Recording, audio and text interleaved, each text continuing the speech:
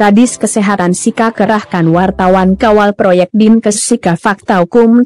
Kepala Dinas Kesehatan Kabupaten Sika Petrus Herlemus meminta kepada seluruh wartawan yang bertugas di Kabupaten Sika agar mengawal dan mengontrol semua proyek-proyek milik Dinas Kesehatan yang dikerjakan oleh para kontraktor saat ini.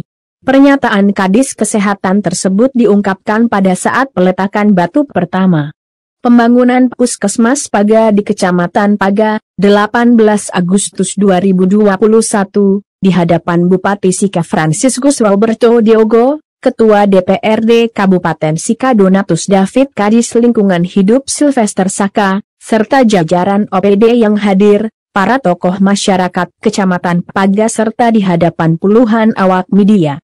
Saya mohon bantuan kepada teman-teman wartawan agar bisa mengawasi seluruh proyek yang ada di Dinas Kesehatan saat ini agar semua terkontrol dengan baik, ungkap Herlemus. Sehingga pada saat dipagu anggaran 7 miliar dan penawaran masuk ke 6,7, proses sudah dilaksanakan. Kemudian beliau mengatakan bagaimana meningkatkan PAD Kabupaten Sika di tengah pandemi. Yang pertama, bisnis rumah sakit. Sehingga sejalan dengan itu perintah ini maka sebagai pelaksana mengimplementasikan. Hari ini adalah peletakan di sini Puskesmas Paga dan konsep pembangunan Puskesmas Paga ke arah Rumah Sakit Pratama. Jadi desain ini kita akan tingkatkan untuk ke Rumah Sakit Pratama. Prosesnya adalah untuk menyiapkan Puskesmas Paga ke BLUD, Badan Layanan Umum Daerah. Karena harus dulu baru Rumah Sakit Pratama. Karena dia harus membiayai dirinya sendiri, baru statusnya kita tingkat menjadi Rumah Sakit Pratama. Sehingga konsep kami bersiap untuk menyiapkan Puskesmas Paga, Puskesmas Waigete, dan Puskesmas Magepanda ke Bluetooth. Sehingga setelah Bluetoothnya jalan baru kita tingkatkan menjadi Rumah Sakit Pratama. Yang berikut hari ini peletakan di sini, besok ada peletakan batu pertama di Laboratorium Kesehatan Daerah. Konsepnya adalah Laboratorium Kesehatan Daerah untuk meningkatkan PAD. Sehingga untuk pinjaman daerah saya siap untuk mensupport dari PAD kalau perda distribusi dipercepat untuk Laboratorium Kesehatan Daerah. Dan di Paga bukan hanya gedung berlantai 2, juga ada sumur bor. Sementara proses lelang sudah selesai dan akan pengerjaan. Sehingga untuk 2022 Paga akan dilengkapi dengan IPAL, instalasi pengelolaan air limbah. Karena ke arah Puskesmas Rawat Inap ke Rumah Sakit Pratama yang nilai pertama adalah kelengkapan instalasi pengolahan air limbah.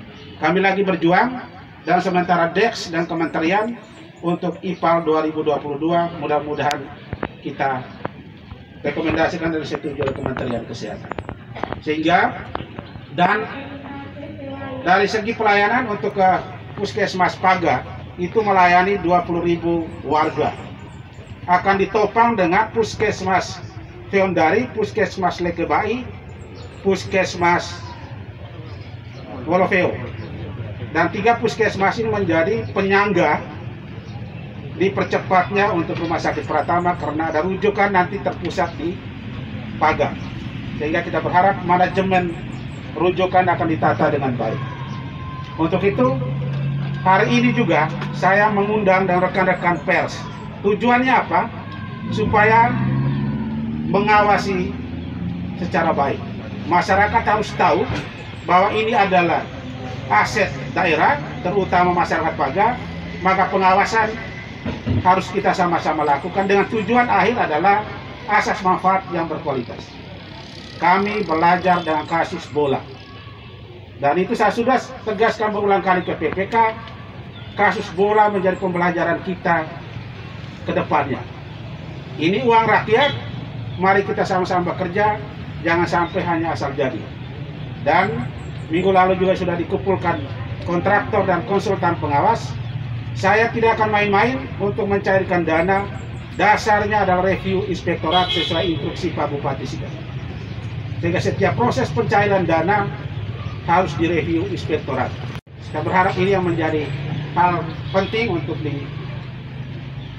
saya sampaikan. Dan kita punya kondisi sekarang untuk tenaga PNS dan relawan ada 59 orang di Puskesmas Taga dan Jejaring.